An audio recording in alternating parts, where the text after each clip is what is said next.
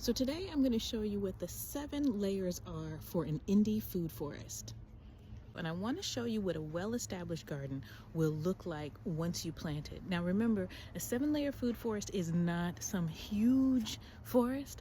It can be big or small, like in a pot. So I'm going to show you what a medium food forest looks like in 4 garden beds. Here we go.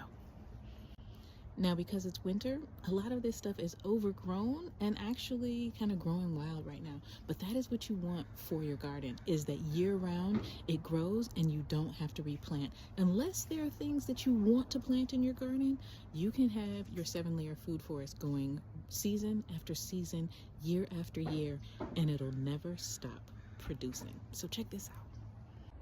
The way that I design Indy Food Forest is to put plants together that work really well together both above and below the soil. Above soil, you get plants that provide shade for other plants. And below the ground, you have plants that work together to share nutrients and their space. First layer, big trees.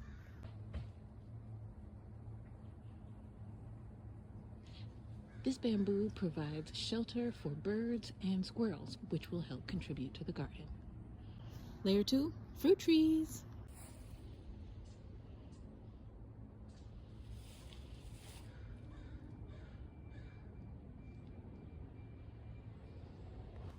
Jaquan is part of our 7-layer food forest. He provides the compost. Layer 3 is one of my favorites. It's the shrub layer, and the reason why is because there's a lot of herbs in this layer. Oregano's a shrub. Thyme, a shrub.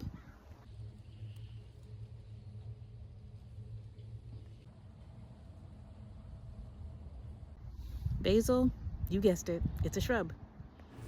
Parsley is a shrub. Peppers, shrubs. Sage, it's a shrub. Can you tell that I like shrubs? I could talk about shrubs all day, but I'm going to move on to layer 4, the root layer. Another one of my favorites, root vegetables like turnips, potatoes, beets, some of my favorites.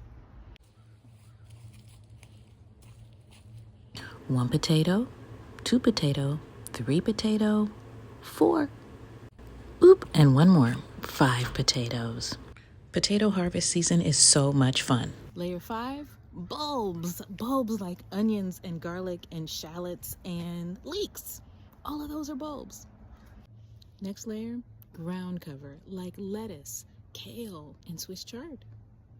Now, sometimes these can get a lot bigger than ground cover. So if you want them to stay ground cover, you gotta clip them back.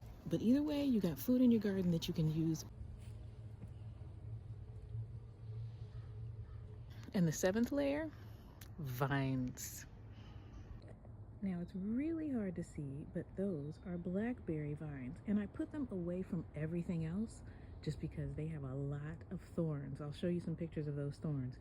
But one time I put my hand in a blackberry bush and I got a thorn in my finger, and it stayed in there for months. It hurt so bad, and it was right on my knuckle. So every time I bent my finger, I would feel that thorn go into my knuckle.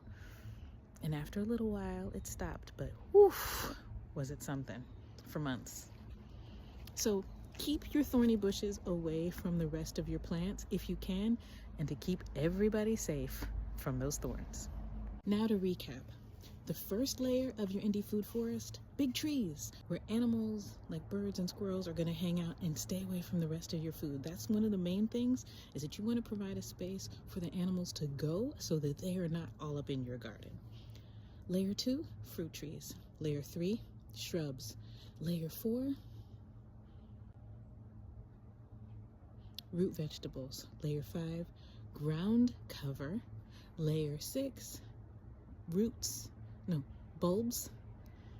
Layer 6, bulbs. Layer 7, vines. If you're interested in growing your own food and getting your Indy food forest started, subscribe to my channel and I can show you all kinds of tips and tricks for getting your food garden established.